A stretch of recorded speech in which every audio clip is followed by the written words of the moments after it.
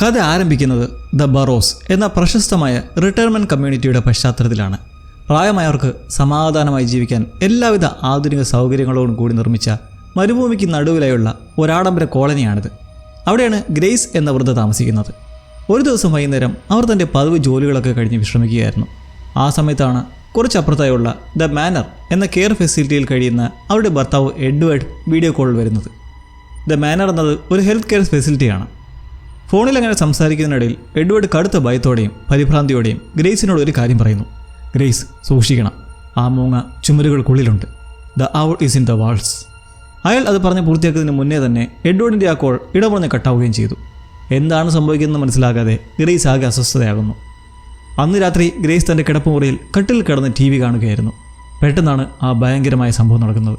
മുറിയിലെ സീലിംഗ് ഫാൻ്റെ ഇടയിൽ നിന്ന് വിചിത്രവും ഭയാനകവുമായ ഒരു ജീവി പെട്ടെന്ന് പ്രത്യക്ഷപ്പെടുകയും ഗ്രേസിനെ ക്രൂരമായി ആക്രമിക്കുകയും ചെയ്യുന്നു.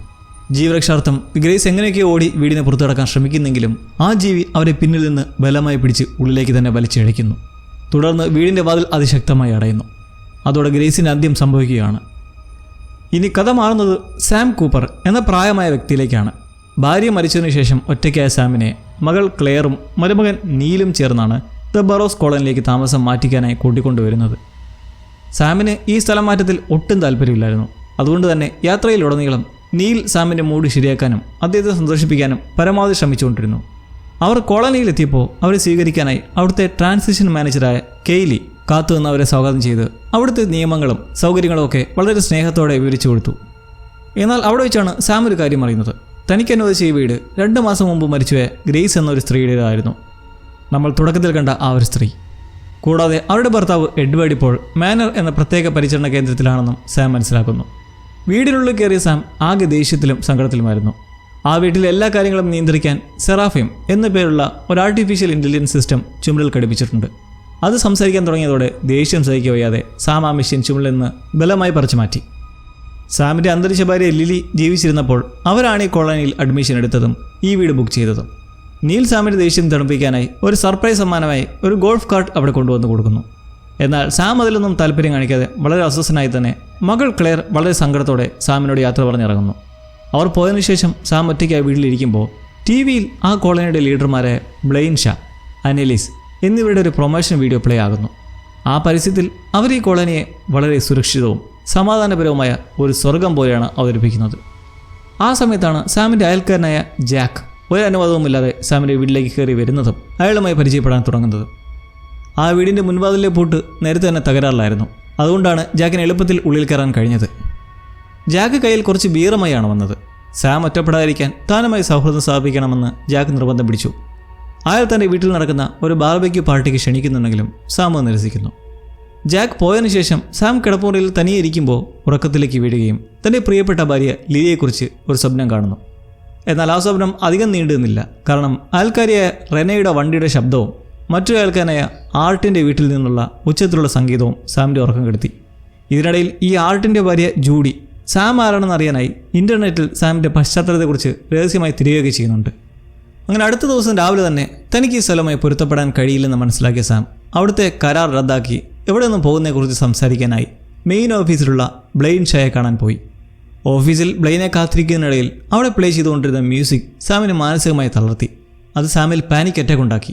കാരണം അത് ഭാര്യ ലിലിയെക്കുറിച്ചുള്ള ഒരു ഓർമ്മ വരുത്തുന്ന ഒന്നായിരുന്നു. സാമും ലിലിയും തമ്മിൽ പണ്ട് നടന്നൊരു കടുത്ത തർക്കമായിരുന്നു അത്. വഴക്ക് മൂർച്ഛിച്ചപ്പോൾ ടെൻഷൻ കുറയ്ക്കാനായി അവർ രണ്ടുപേരും ചേർന്ന് റൂമിൽ വെച്ച് ഡാൻസ് കളിക്കാൻ തുടങ്ങി. പരസ്പരം കെട്ടിപ്പിടിച്ച് ഡാൻസ് കളിക്കുന്നതിനിടയിൽ പെട്ടെന്ന് ലിലി ബോധരഹിതയായി വീണു. ആ ഓർമ്മ സാമിനെ ഇപ്പോഴും ട്രോമയിലാക്കുന്ന ഒന്നാണ്. ഇതേസമയം കോളനിയിലെ സുരക്ഷാ വിഭാഗത്തിൽ പുതിയൊരു ഗാർഡായ പാസിന് സീനിയർ ഓഫീസറായ ഹാങ്ക് ട്രെയിനിങ് നൽകുകയായിരുന്നു.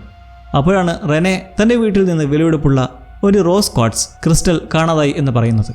എന്നാൽ ഹാങ്ക് അത് ഗൗരവമായി എടുത്തില്ല. ആ ക്രിസ്റ്റൽ കല്ല് എവിടെയെങ്കിലും മാറിപ്പോയത് മറന്നു വെച്ചതായിരിക്കാം എന്ന് പറഞ്ഞയാൾ ആ പരാതി തള്ളിക്കളയുന്നു. തിരികെ വീട്ടിലെത്തിയ സാം ആകെ തളർന്ന് ഒരു പഴയ സിനിമ കണ്ടുകൊണ്ടിരിക്കുമ്പോൾ വീണ്ടും റെനയുടെ വണ്ടിയുടെ കേടായ ശബ്ദം കേൾക്കുന്നു. ദേഷ്യം വന്ന സാം പുറത്തിറങ്ങി അവളുടെ വണ്ടിയുടെ എൻജിൻ നന്നാക്കി കൊടുക്കുകയാണ്. റെനെ നന്ദി പറയുമ്പോൾ സാമിന് മറ്റുള്ളവരോട് എങ്ങനെ സംസാരിക്കണം എന്നുപോലും ഓർമ്മയില്ലാത്ത വിധം അയാൾ സോഷ്യലി ഒറ്റപ്പെട്ടു പോയിരുന്നു. ഇതിനോടൊപ്പം തന്നെ അന്ന് രാത്രി സാം തൻ്റെ ബാത്റൂമിൽ നിന്ന് വിചിത്രമായ ശബ്ദങ്ങൾ കേൾക്കുന്നു. പരിശോധനയ്ക്കായി ചെന്ന സാം ഞെട്ടിപ്പോയി. ഗ്രേസിൻ്റെ ഭർത്താവ് എഡ്വേർഡ് സുരക്ഷാ ജീവനക്കാരുടെ കണ്ണുവെട്ടിച്ച് സാമിൻ്റെ ബാത്റൂമിൽ ഒളിച്ചിരിക്കുകയായിരുന്നു. അയാൾ ഭ്രാന്ത് പിടിച്ച പോലെ ഗ്രേസിനെക്കുറിച്ചും ചുമരിലെ മൂങ്ങയെക്കുറിച്ചും എന്തൊക്കെയോ പറഞ്ഞും തിരിഞ്ഞു നിൽക്കുകയായിരുന്നു. സാം അയാളെ തടയാൻ നോക്കിയപ്പോൾ എഡ്വേർഡ് ഒരു കത്തിയെടുത്ത് ആക്രമിക്കുകയും സാമിൻ്റെ കയ്യിൽ പരിക്കേൽപ്പിക്കുകയും ചെയ്തു. ബഹളം കേട്ട് ഓടിയെത്തിയ സെക്യൂരിറ്റി ജീവനക്കാർ എഡ്വേർഡിനെ ബലം പിടിച്ച് മാറ്റുമ്പോൾ അയാൾ സാമിനെ ചൂണ്ടി ഉറക്കെ വിളിച്ച് പറയുന്നുണ്ടായിരുന്നു, നീയും അവരിലെ ഒരാളാണ്. എഡ്വേർഡിൻ്റെ ആക്രമണത്തിന് ശേഷം ആകെ ഭയന്നു പോയ സാം ഈ സംഭവത്തെക്കുറിച്ച് ചോദിക്കാൻ ബ്ലെയിൻ ഷായെ കാണാൻ ദ മാനർ എന്ന ഫെസിലേക്ക് ചെന്നു.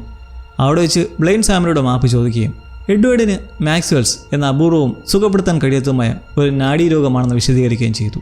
A neurological disorder. സാമിന് ആവശ്യമെങ്കിൽ ഇവിടുത്തെ കരാർ റദ്ദാക്കി പോകാനുള്ള പേപ്പറുകൾ ബ്ലെയിൻ നൽകാമെന്ന് പറയുന്നെങ്കിലും അവിടെ തന്നെ തുടരുന്നതിനെക്കുറിച്ച് ആലോചിക്കാൻ ആവശ്യപ്പെടുന്നു. ബ്ലെയിൻ്റെ വിശദീകരണം കേട്ടിട്ടും സാമിനുള്ള സംശയമൊന്നും മാറുന്നില്ല. അന്ന് രാത്രി ജാക്കിൻ്റെ സ്നേഹത്തോടെയുള്ള നിർബന്ധത്തിന് വഴങ്ങി സാം ഒടുവിൽ ആ ബാർബിക്യൂ പാർട്ടിയിൽ പങ്കെടുക്കാൻ തീരുമാനിച്ചു. അവിടെ വെച്ച് സാം തൻ്റെ മറ്റേ ആൾക്കാരായ ബാലി, അയാൾ ക്യാൻസർ ബാധിച്ച് അവസാന ഘട്ടത്തിലാണ്, പിന്നെ ആർട്ട്, അയാളുടെ ഭാര്യ ജൂഡി, റെനെ എന്നിവരെല്ലാം പരിചയപ്പെടുന്നു. അവർ പരസ്പരം ഭക്ഷണവും വിശേഷങ്ങളും പങ്കുവയ്ക്കുന്നതിനിടയിൽ സംസാരം അവിടെ ശരീരത്തിലെ സർജറികളെക്കുറിച്ചും അതിൻ്റെ പാടുകളെക്കുറിച്ചുമാകുന്നു. സാം വളരെ മടിയോടെ തൻ്റെ പഴയ മെഡിക്കൽ ചരിത്രവും കയ്യിലെ പാടും അവർക്ക് കാണിച്ചു കൊടുക്കുന്നു. അങ്ങനെ അത് പ്രായമാകുന്നതിൻ്റെയും രോഗങ്ങളുടെയും ഒരു ഒത്തുചേരലായി മാറുകയാണ്. എന്നാൽ ഇത് വീണ്ടും സാമിനെ ലിലിയുടെ മരണസമയത്തെ ഓർമ്മകളിലേക്ക് കൂട്ടിക്കൊണ്ടുപോകുന്നു. മാനസികമായി തകർന്ന സാം ആരോടും പറയാതെ പെട്ടെന്ന് പാർട്ടിയിൽ നിന്ന് ഇറങ്ങി പോവുകയാണ്. ജാക്ക് സാമിൻ്റെ പിന്നാലെ വന്ന് അയാൾ ആശ്വസിപ്പിക്കാൻ ശ്രമിക്കുന്നുണ്ട്. എന്തായാലും വീട്ടിലെത്തിയ സാം ശാന്തനായി തൻ്റെ കോൺട്രാക്ട് പേപ്പറുകൾ പരിശോധിക്കുകയും എന്നിട്ട് ഇവിടെ തന്നെ തുടരാൻ തീരുമാനമെടുത്ത ശേഷം അയാൾ ബ്ലെയിൻ്റെ ഫോണിലേക്ക് താൻ ഇവിടെ തന്നെ നിൽക്കുന്നു എന്ന മെസ്സേജ് അയക്കുന്നു. തുടർന്ന് തൻ്റെ പെട്ടികളൊക്കെ തുറന്ന് സാധനങ്ങൾ ഒതുക്കി വയ്ക്കാനും തകരാറിലായ മുൻവാതിലിൻ്റെ പൂട്ട് നന്നാക്കാനും ശ്രമിച്ചങ്ങനെ എല്ലാം ശുഭമായി തുടങ്ങാം എന്ന് കരുതുന്നിടത്താണ് അടുത്ത ദുരന്തം. അർദ്ധരാത്രിയിൽ കോളനിയിലുടനീളം ഒരു അപകട സൈറൺ മുഴങ്ങുന്നത് കേട്ട് സാം ഓടി പുറത്തേക്ക് ഇറങ്ങി നോക്കുമ്പോൾ ശബ്ദം വരുന്നത് ജാക്കിൻ്റെ വീട്ടിൽ നിന്നാണ്. സാം ചുറ്റിലുമായി ചെന്ന് ജാക്കിൻ്റെ വീടിൻ്റെ വാതിൽ തകർത്ത് ഉള്ളിൽ കയറുമ്പോൾ കാണുന്നത് ഭയാനകമായ കാഴ്ചയും. ഗ്രേസിനെ കൊന്ന അതേ വിചിത്ര ജീവി ജാക്കിൻ്റെ നെഞ്ചിൽ കയറിയിരുന്ന് അയാളെ ആക്രമിക്കുകയാണ്. സാമിനെ കണ്ടതും ആ ജീവി സാമിന് നേരെ തിരികുകയും പിന്നീട് ജനലിൻ്റെ പുറത്തേക്ക് ചാടി ഇരുട്ടിലേക്ക് മറയുകയും ചെയ്യുന്നു.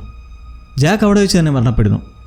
ജാക്കിൻ്റെ മൃതദേഹത്തിനരികിൽ ഭയന്ന് ഉറച്ചു നിന്ന സാമിനെയാണ് പിന്നീട് നമ്മൾ കാണുന്നത്. പെട്ടെന്ന് തന്നെ ആംബുലൻസും പാരാമെഡിക്കൽ സംഘവും അവിടെ എത്തി അവർ ജാക്കിൻ്റെ മൃതദേഹം ബാഗിലാക്കി മാറ്റിയിട്ട് അവരതിനെ സ്ലീപ്പ് അപ്നിയ, ഉറക്കത്തിനിടയിലുള്ള ശ്വാസം മുട്ടൽ മൂലമുള്ള സ്വാഭാവിക മരണമാണെന്ന് വളരെ ലാഘവത്തോടെ പ്രഖ്യാപിക്കുന്നു. എന്നാൽ സാം ഇത് അംഗീകരിക്കുന്നില്ല. അവിടെ എന്തോ ഒന്നുണ്ടായിരുന്നു, അത് കൊന്നതാണ് ജാക്കിനെ എന്ന് വിളിച്ചു പറയുന്നെങ്കിലും എന്നാൽ ആരും അത് വിശ്വസിക്കുന്നില്ല. വാലി, റെനെ, ആർട്ട്, ജൂഡി എന്നിവർ അവിശ്വാസത്തോടെയും ഭയത്തോടെയും നോക്കി നിൽക്കെ ജാക്കിൻ്റെ മൃതദേഹവുമായി ആംബുലൻസ് അപ്രത്യക്ഷമാകുന്നു. കോളനിയുടെ സുരക്ഷാ ചുമതലയുള്ള ഹാങ്ക് അപ്പോൾ ഇതെല്ലാം ദൂരെ ഒരു കാറിലിരുന്നുകൊണ്ട് നിരീക്ഷിക്കുന്നുണ്ടായിരുന്നു. ഈ സംഭവത്തിന് ശേഷം സാമിൻ്റെ മനസ്സിൽ ലിലിയെക്കുറിച്ചുള്ള ഭയാനകരമായ ഓർമ്മകൾ വീണ്ടും വരുന്നു. ലിലിയുടെ തലമുടിയിൽ ഒരു പസിൽ പീസ് കുടുങ്ങി കിടക്കുന്നതായും അവളുടെ ശരീരം ഒരു ഹോളോഗ്രാം പോലെ തകരുന്നതായും മുഖം വികൃതമായി മാറുന്നതായും അയാൾ സ്വപ്നം കണ്ട് ഞെട്ടി എഴുന്നേൽക്കുന്നു. അതൊരു മനുഷ്യനല്ല, ഉള്ളിൽ നിന്നെന്തോ പുറത്തേക്ക് വരാൻ ശ്രമിക്കുന്ന പോലെ.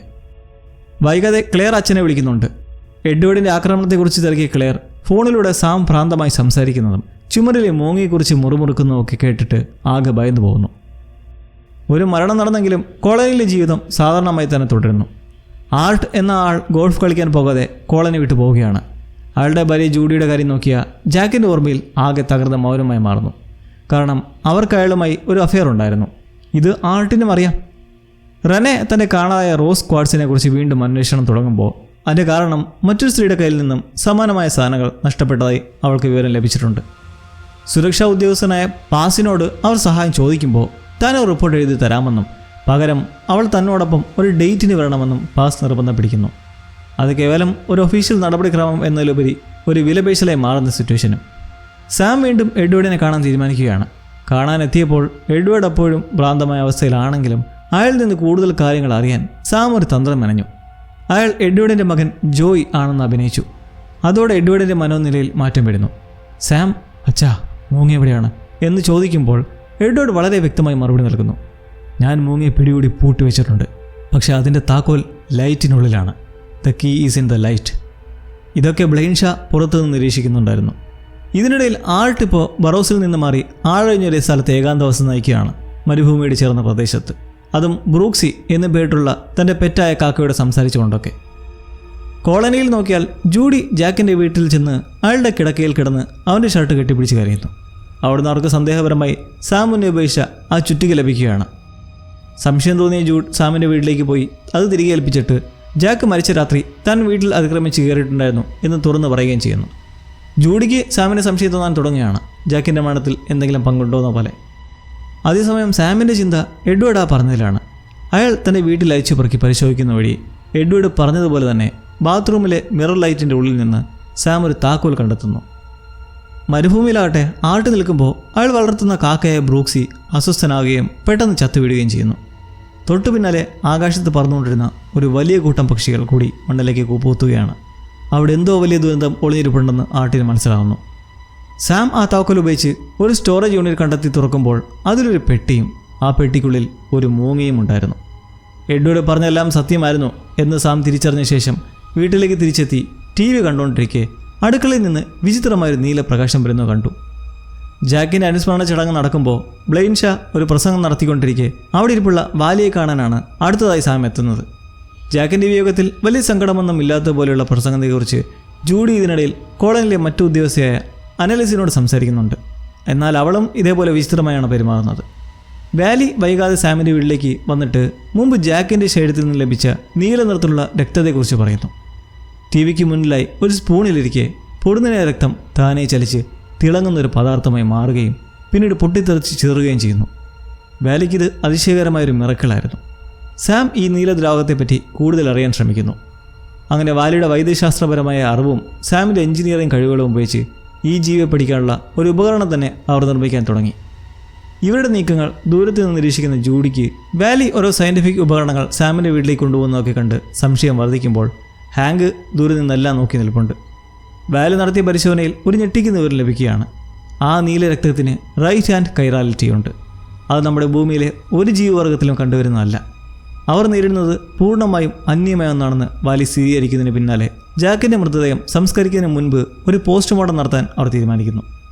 ജൂഡി ഇതിനിടെ അതിക്രമിച്ച് കയറി അവരുമായി സംസാരിക്കുന്നതിനെ തുടർന്ന് ജൂഡും ഇതിൽ കുറിച്ച് കൺവിൻസ്ഡായി. അങ്ങനെ മൂവരും ചേർന്ന് മോർഗിലേക്ക് എത്തിപ്പെടുകയാണ്. ഇതിനിടെ കമ്മ്യൂണിറ്റി സെൻറ്ററിൽ എന്തോ ഒരു പന്തികേട് കണ്ടെത്തിയ റെനെ പുതിയ ഗാർഡായ പാസിനെ അറിയിച്ച ശേഷം ഒരു തെരച്ചിൽ നടത്തുന്നു. അവിടെ അവൾ മുന്നേ നഷ്ടപ്പെട്ടെന്ന് പറഞ്ഞ ക്രിസ്റ്റൽസ് ചിതറിക്കിടക്കുന്നതായി കണ്ടെത്തുകയാണ്. എന്തോ ഒരു സാന്നിധ്യം അവൾക്ക് ഫീൽ ചെയ്തെങ്കിലും പാസ് അവിടേക്ക് എത്തി ലൈറ്റ് ഇട്ടപ്പോൾ അത് ശൂന്യമായിരുന്നു. CCTVയിലും അസ്വാഭാവികമായ ഒന്നും കണ്ടെത്താനായില്ല. അവർ തമ്മിൽ ഒരുമിച്ച് അന്വേഷണം നടത്തുന്നതിനിടെ കൂടുതൽ പരസ്പരം അടുക്കുമ്പോൾ പിന്നീട് കമ്മ്യൂണിറ്റി സെൻറ്ററിൽ ഹാങ്ക് സെർച്ച് നടത്തുമ്പടി അവിടെ നീല നിറത്തിലുള്ള കൈപ്പത്തിയുടെ പാട് കാണുന്നു. അയാൾ ഇതിനെ കണ്ടിട്ട് വിളിക്കുന്നത് സ്കാർ എന്നും. അവിടെ നിൽക്കെ ഫ്യൂണറൽ ഹോമിൽ ആരോ അതിക്രമിച്ച് കയറിയത് വിവരം ലഭിച്ചത് അങ്ങോട്ടേക്ക് ചെല്ലുമ്പോൾ അവിടെയും നേരം വാലി ജാക്കിൻ്റെ മൃതദേഹം പരിശോധിക്കുന്ന വഴി കണ്ട കാഴ്ച ഭയാനകമാണ്. ജാക്കിൻ്റെ തൊണ്ടയിൽ നിന്ന് തലച്ചോറിലേക്ക് പോകുന്ന രീതിയിൽ ചില ചെറിയ ദ്വാരങ്ങളുള്ള മുറിവുകൾ കാണപ്പെടുന്നു. അപ്പോൾ ആ ജീവി അയാളെ ഉള്ളിൽ നിന്ന് തിന്നുകയായിരുന്നു. ജൂഡിക്കൊടുവിൽ ഇതിന് വലിയ നിഗൂഢത മനസ്സിലായി അവരോടൊപ്പം ചേർന്നു. ഇന്നേരം അവരുടെ ഹസ്ബൻഡായ ആർട്ടാകട്ടെ മുന്നേ കണ്ട പക്ഷികളുടെ ആ മാറ്റത്തിന് പിന്നിലെ റീസൺ അറിയാൻ ഇറങ്ങി മരുഭൂമിയിലെ ഒരു പഴയ കെട്ടിടത്തിനുള്ളിൽ വെച്ച് തിളങ്ങുന്ന ഒരു മരത്തെയും അതിൽ നിന്ന് ലഭിക്കുന്ന ഒരു പ്രത്യേക ഫലത്തെയും കാണുന്നു. വിശന്നപ്പോൾ അയാൾ ആ ഫ്രൂട്ട് എടുത്ത് കഴിക്കുന്നു. അതിനാൽ അയാളുടെ ശരീരത്തിൽ പെട്ടെന്ന് മാറ്റങ്ങൾ വരുത്തുകയാണ്. മുറിവുകൾ പോലും അത്ഭുതകരമായി ഉണങ്ങുന്നു. ഇതിനിടയിൽ ഹാങ്ക് ഫ്യൂണറൽ ഹോമിലേക്ക് എത്തുമ്പോൾ ജൂഡിയും വാലിയും ഷോപ്പെട്ടിക്കുള്ളിൽ ഒളിച്ചിരുത്തി സാം ഒറ്റയ്ക്ക് പിടികൊടുക്കുകയാണ്. ഇതേ രാത്രി തന്നെ റെനയുടെ വീട്ടിൽ അവൾ പാസുമായി ഉറങ്ങിക്കിടക്കുന്ന സമയത്ത് വീട്ടിലെ ഓവനിൽ നിന്ന് ആ വിചിത്ര ജീവി പുറത്തു വന്ന് അവളുടെ അടുത്തേക്ക് ചെല്ലുന്നു. മരുഭൂമിയിൽ നിന്ന് തിളങ്ങുന്ന പഴം കഴിച്ച ശേഷം ആട്ടിൻ്റെ ശരീരത്തിലും മനസ്സിലും അവിശ്വസനീയമായ മാറ്റങ്ങളാണ് സംഭവിച്ചത്. അയാൾ ഒരു സാധാരണ മനുഷ്യനല്ലാതെ മാറിക്കഴിഞ്ഞിരിക്കുന്നു. ടൗണിലെ ഒരു പെട്രോൾ പമ്പിലെ കടയിൽ കയറി സാധനങ്ങൾ വാങ്ങി പണം കൊടുക്കുന്നതിനിടയിൽ ആർട്ടിൻ്റെ കാതുകളുടെ ശ്രവണ സഹായി ഹിയറിംഗ് എയ്ഡ് എന്തൊക്കെയോ വിളിച്ചു വന്നിട്ട് വിചിത്രമായി ശബ്ദിക്കാൻ തുടങ്ങി. അയാളുടെ ഉള്ളിൽ ഒരു വല്ലാത്ത ഊർജ്ജം നിറയുന്നതായി തിരിച്ചറിഞ്ഞു. ഈ സമയത്താണ് തോക്കുമായി ഒരു കവർച്ചക്കാരൻ കൊള്ളയടിക്കാനായി ഇറച്ചു കയറിയത്.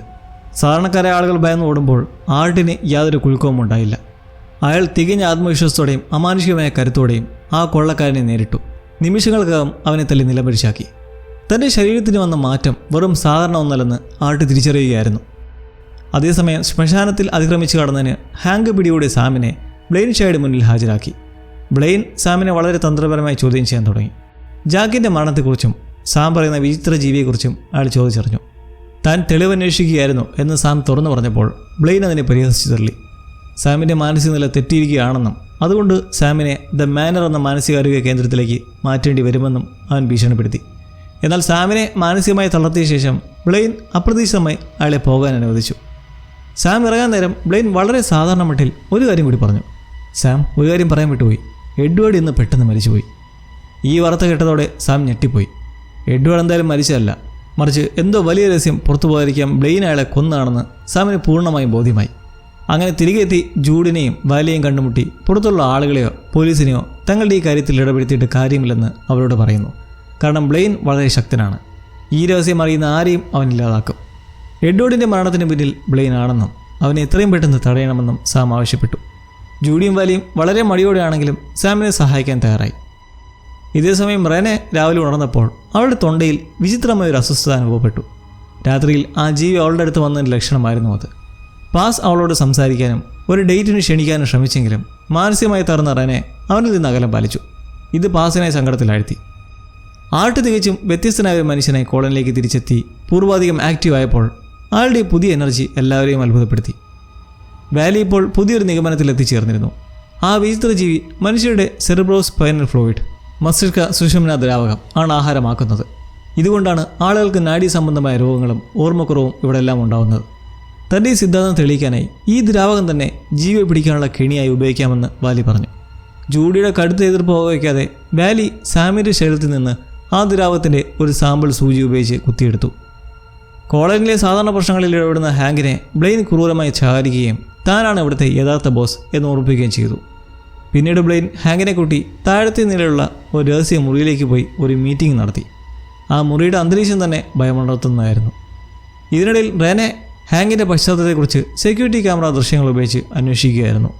അവൾക്ക് 1975 ദൃശ്യങ്ങൾ ഉപയോഗിച്ച് ഒരു പഴയ പത്രവാർത്ത ലഭിച്ചു. ഒരു ജയിൽ തീപിടുത്തത്തിൽ കൊല്ലപ്പെട്ട വാർഡൻ്റെ വാർത്തയായിരുന്നു അത്. ആ വാർത്തയുമായി ബന്ധപ്പെട്ട മിൽട്ടൺ ഹൗസർ എന്ന ആളുടെ മുഖം ഇപ്പോൾ കോളനിയിലുള്ള ഹാങ്കിൻ്റെ അതേപോലെ തന്നെയായിരുന്നു. അവൾ മിൽട്ടൻ്റെ പഴയ സുഹൃത്തുക്കളെയും ബന്ധുക്കളെയും രഹസ്യമായി കണ്ടന്വേഷിച്ചപ്പോൾ ഞെട്ടിക്കുന്ന ഒരു ഫോട്ടോ കൂടി ലഭിച്ചു. ആ ഫോട്ടോയിൽ ഹാങ്കിനെ പോലുള്ള മിൽട്ടൻ്റെ കൂടെ നിൽക്കുന്നത് മറ്റാരുമല്ല, ഇപ്പോഴത്തെ കോളനി തലവൻ ബ്ലെയിൻ ഷേ ആയിരുന്നു. 1975 ഇവർ രണ്ടുപേരും ഇതേ പ്രായത്തിൽ തന്നെയായിരുന്നു ആ ഫോട്ടോയിൽ ഉണ്ടായിരുന്നത്. അവർക്ക് പ്രായമാകുന്നേയില്ല എന്ന ഭീകരസത്യം റെനെ തിരിച്ചറിഞ്ഞു. ഒരു ബാറിൽ വെച്ച് കോളനി മുഖ്യയായ അനലിസ് ആർട്ടിനെ കണ്ടുമുട്ടുന്നുണ്ട്. അവൾ ആർട്ടിൻ്റെ മനസ്സിൽ ജൂഡിയുടെ അവിഹിത ബന്ധത്തെക്കുറിച്ചുള്ള കടുത്ത പ്രതികാര ചിന്തകൾ കുത്തിവയ്ക്കാൻ ശ്രമിച്ചു. ജൂഡിക്ക് ജാക്കുമായി ബന്ധമുണ്ടായിരുന്ന കാര്യം ഓർമ്മിച്ച് അവൻ അവളെ ഇല്ലാതാക്കണമെന്ന പോലെ ഒക്കെ സംസാരിച്ച് നിൽക്കെ പെട്ടെന്ന് ആർട്ടിൻ്റെ ശരീരത്തിൽ എന്തോ ഒരു വല്ലായ്മ തോന്നി. ആ കഴിച്ച ഫ്രൂട്ടിൻ്റെ എഫക്റ്റ് വിട്ടു പോകുന്നൊരു വയലൻറ്റ് റിയാക്ഷനായിരുന്നു അത്. അയാൾ ബാത്റൂമിലേക്ക് ഓടിക്കയറി നിലത്ത് വീണ വേദന കൊണ്ട് പൊളയുമ്പോൾ അനലിസ് അവിടേക്ക് എത്തിയത് കണ്ടു. സെക്യൂരിറ്റി ഓഫീസിലെ താഴത്തെ നിലയിൽ രഹസ്യമായ അന്വേഷണം നടത്തുകയായിരുന്ന പാസ് ഒരു അടച്ചുപൂട്ടിയ മുറി കണ്ടെത്തുകയും അതിനുള്ളിൽ ഹാങ്കിൻ്റെ ശബ്ദം കേൾക്കുകയും ചെയ്തു. എന്നാൽ പാസ് അവിടെയുള്ള കാര്യം ഹാങ്ക് പറഞ്ഞു. പാസ് ആ മുറിക്കുള്ളിലേക്ക് കയറിയപ്പോൾ കണ്ട കാഴ്ച നമ്മളെ കാണിച്ചില്ലെങ്കിലും അവൻ്റെ മുഖഭാവം വെച്ച് അത് ഞെട്ടിക്കുന്നതായിരുന്നു. പക്ഷേ പെട്ടെന്ന് തന്നെ ഹാങ്ക് അവൻ്റെ പിന്നിൽ പ്രത്യക്ഷപ്പെടുകയും പാസിൻ്റെ കഴുത്തിൽ ഒരു മാരകമായ ഇഞ്ചക്ഷൻ എടുത്ത് അവനെ ബോധരഹിതനാക്കുകയും ചെയ്തു. സാമും വാലിയും ജൂഡിയും ചേർന്ന് ആ ജീവിയെ പിടിക്കാനുള്ള കെണി ഒരുക്കി. സാമിൻ്റെ വീട്ടിൽ വാലി ഒരുപാട് പഴയ ടെലിവിഷൻ സ്ക്രീനുകൾ നിരത്തി വെച്ചു. അതിൽ നിന്നുള്ള തരംഗങ്ങളും സാമിൻ്റെ ശരീരത്തിൽ നിന്നെടുത്ത ദ്രാവകം ഉപയോഗിച്ച് ജീവിയെ ആകർഷിക്കുകയായിരുന്നു ലക്ഷ്യം. ജൂഡി തോക്കുമായി കാത്തുനിന്നു. എന്നാൽ അവരുടെ പ്ലാനുകൾ തിരിച്ചുകൊണ്ട് ജീവി പെട്ടെന്ന് പ്രത്യക്ഷപ്പെട്ടെങ്കിലും അവരെ ആക്രമിക്കാൻ തുനിഞ്ഞു. ജൂഡി ആ ജീവിക്ക് നേരെ വെടിയുതിർത്തു. വെടിയേറ്റ ജീവിയിൽ നിന്ന് നീല ദ്രാവകം ഒഴുകാൻ തുടങ്ങി. അവരെ രക്തക്കറ പിന്തുടർന്ന് അടുക്കളയിലേക്ക് എത്തി. അതിശയിപ്പിക്കുന്ന വണ്ണം ആ രക്തക്കറ അവസാനിച്ചത് അടുക്കളയിലെ ഓവൻ്റെ ഉള്ളിലേക്കായിരുന്നു. സൂക്ഷിച്ച് നോക്കിയപ്പോൾ ആ ഓവൻ്റെ ഉള്ളിൽ ഒരു രഹസ്യ വഴി ഒളിഞ്ഞിരിക്കുന്നവർ കണ്ടു. ജീവി അതിലൂടെയാണ് രക്ഷപ്പെട്ടത്. സാമും ജൂഡിയും വാലിയും ചേർന്ന് ഒട്ടും മടിക്കാതെ ആ ഓവൻ്റെ ഉള്ളിലെ രഹസ്യ വഴിയിലൂടെ താഴേക്കിറങ്ങി. അവർ ചെന്നെത്തിയത് ബറോസ് കോളനിയുടെ അടിയിൽ ഉടനീളം വ്യാപിച്ചു കിടക്കുന്ന ഭീമാകാരമായ ഒരു തുരങ്ക ശൃംഖലയിലേക്കാണ്, ടണൽ നെറ്റ്വർക്കിലേക്ക്. അതിശയിപ്പിക്കുന്ന കാര്യം, ഈ തുരങ്കത്തിലെ ഓരോ ശാഖകളും മുകളിലുള്ള ഓരോ വീടുകളുടെ അടുക്കളയിലേക്കാണ് തുറക്കുന്നത്.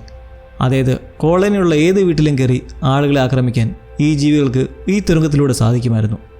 അങ്ങനെ ജാക്കിനെ കൊന്ന ആ ജീവിയെ കണ്ടെത്താനായി അവർ ആ രക്തക്കറ നോക്കി തുരങ്കത്തിൻ്റെ ഉള്ളിലേക്ക് നടന്നു. ഇന്നേരം മുകളിലേക്ക് നോക്കിയാൽ തലവനായ ബ്ലെയിൻ ഷാ ഉറക്കത്തിൽ കടുത്തൊരു ദുസ്വപ്നം കണ്ട് ഞെട്ടി ഉണർന്നു. സ്വപ്നത്തിൽ അവൻ അനലിസിനെയാണ് കാണുന്നത്. പ്രായമായ രൂപത്തിലുള്ള അനലിസ്. അവളുടെ തന്നെ ചെറുപ്പകാലത്തെ ശവം ബ്ലെയിന് കാണിച്ചു കൊടുക്കുന്നു. ആ മൃതദേഹം ഒരു കമ്പ്യൂട്ടർ ഗ്ലിച്ച് പോലെ വിചിത്രമായി തകർന്നുടയുകയായിരുന്നു. ഭയന്നുണർന്ന ബ്ലെയിൻ നോക്കുമ്പോൾ തൻ്റെ അരികിൽ അനലിസ് യാതൊരു കുഴപ്പവുമില്ലാതെ ഉറങ്ങി കിടക്കുന്നുണ്ട്. അവൻ എഴുന്നേറ്റ് തിളങ്ങുന്ന സ്വർണ്ണ നിറത്തിലുള്ള ഒരു ദ്രാവകം ജ്യൂസിലൊഴിച്ച് അതും കുടിച്ചങ്ങനെ നിൽക്കെ ഈ സമയത്താണ് ഹാങ്ക് അവനെ ഫോണിൽ വിളിക്കുന്നത്. പാസിനെ താൻ പിടികൂട്ടിയിട്ടുണ്ടെന്നും ഈ അടുത്ത കാലത്തുണ്ടായ പ്രശ്നങ്ങളൊക്കെ പരിഹരിച്ചതിന് തനിക്ക് കൂടുതൽ പ്രതിഫലം വേണമെന്ന് ഹാങ്ക് ഭീഷണിസ്വരത്തിൽ ആവശ്യപ്പെടുകയാണ്. എന്നാൽ ബ്ലെയിൻ വളരെ തണുപ്പൻ മട്ടിൽ അവരുടെ പഴയ കരാർ ഓർമ്മിപ്പിച്ച് ഹാങ്കിനെ ഒതുക്കുന്നു. ഫോൺ വെച്ചതിനു ശേഷം ഈ ഹാങ്കും ഒരുതരം മിസ്റ്ററി ലിക്വിഡ് കുടിച്ചിട്ട് പാസിൻ്റെ ഫോൺ പരിശോധിക്കുന്ന വഴി താനും അന്നത്തെ മിൽട്ടനായ ബ്ലെയിൻ്റെയും 1970-കളിലെടുത്ത ആ ഒരു പഴയ ഫോട്ടോ കണ്ടെത്തിയ വിവരം അറിയുന്നു. നേരത്തെ ഷോപ്പിൽ വെച്ച് അവശനായ ആർട്ടിനെ വൈകാതെ തന്നെ ഹോസ്പിറ്റലിലേക്ക് എത്തിച്ചിരുന്നു. ആശുപത്രിയിൽ വെച്ച് ബോധം വന്ന ആർട്ടിനോട് അനലിസ് ചോദ്യങ്ങൾ ചോദിക്കാൻ തുടങ്ങി. അയാളുടെ പെട്ടെന്നുള്ള ഈ യൗവനത്തിന് പിന്നിലെ രഹസ്യം എന്താണെന്നും മരുഭൂമിയിൽ നിന്ന് എന്താണ് കിട്ടിയതെന്നും അവൾ ചോദിച്ചു. എന്നാൽ ആർട്ട് ഒന്നും പറയാൻ തയ്യാറായില്ല. അവൾ മുറിയിൽ നിന്ന് പോയതിനു ശേഷം ആർട്ട് അയാളുടെ പോക്കറ്റ് പരിശോധിക്കുകയും ആ മാരകമായ തിളങ്ങുന്ന പഴത്തിൻ്റെ വിത്ത് സുരക്ഷിതമായി തൻ്റെ കയ്യിലുണ്ടെന്ന് ഉറപ്പുവരുത്തുകയും ചെയ്തു. പഴയ ഫോട്ടോ കണ്ടതോടെ ഹാങ്ക് നേരെ റനയുടെ വീട്ടിലേക്ക് എത്തി അവളെ ആക്രമിക്കുന്നു. അവൾ ഓടി രക്ഷപ്പെടാൻ ശ്രമിച്ചെങ്കിലും ഹാങ്ക് അടിച്ച് ബോധരഹിതയാക്കുന്നു. ഇതേസമയം കോളനിയുടെ അടിയിലെ തുരങ്കത്തിലൂടെ നീങ്ങുകയായിരുന്ന സാം നിലത്ത് ഒരു വിചിത്രമായ പസിൽ പീസ് കണ്ടെത്തി. മുമ്പൊരിക്കൽ ലിലിയുടെ സ്വപ്നത്തിൽ വന്നതാണത്. അയാളത് കയ്യിലെടുത്തപ്പോൾ വിചിത്രമായി മിന്നാനും ഗ്ലിച്ചാകാനും തുടങ്ങി. ഇത് വലിയ കാര്യമായി എടുക്കാതെ ചോരക്കര പിന്തുടർന്ന് നടക്കുമ്പോൾ മുകളിൽ ബ്ലെയിൻ സാമിൻ്റെ മകൾ ക്ലെയറിനെ കണ്ട് സംസാരിക്കുന്നു. സാമിന് മാനസികത തെറ്റിയിരിക്കുകയാണെന്ന് അവനവളെ വിശ്വസിപ്പിക്കാൻ ശ്രമിച്ചു. ടൗണിൻ്റെ പുറത്ത് റെനെ ബോധം വീഴുമ്പോൾ കാണുന്നത് താനൊരു കാറിൻ്റെ ഡിക്കിയിൽ അടയ്ക്കപ്പെട്ടിരിക്കുന്ന രീതിയിലാണ്. തൊട്ടടുത്ത് പാസുമുണ്ടായിരുന്നു. കാർ ഓടിക്കുന്നത് ഹാങ്ക് ആയിരുന്നു. അവർ രണ്ടുപേരും രക്ഷിക്കുമെന്ന് പറഞ്ഞ് ഉറക്കെ നിലവിളിച്ചപ്പോൾ ഹാങ്ക് എന്ത് ചെയ്തു? കാറിൻ്റെ എക്സോസ്റ്റ് പൈപ്പിൽ നിന്നുള്ള വിഷപ്പുക പൈപ്പ് വഴി ഡിക്കിയുടെ ഉള്ളിലേക്ക് തിരിച്ചിട്ട് അവരെ കൊല്ലാൻ ശ്രമിച്ചു.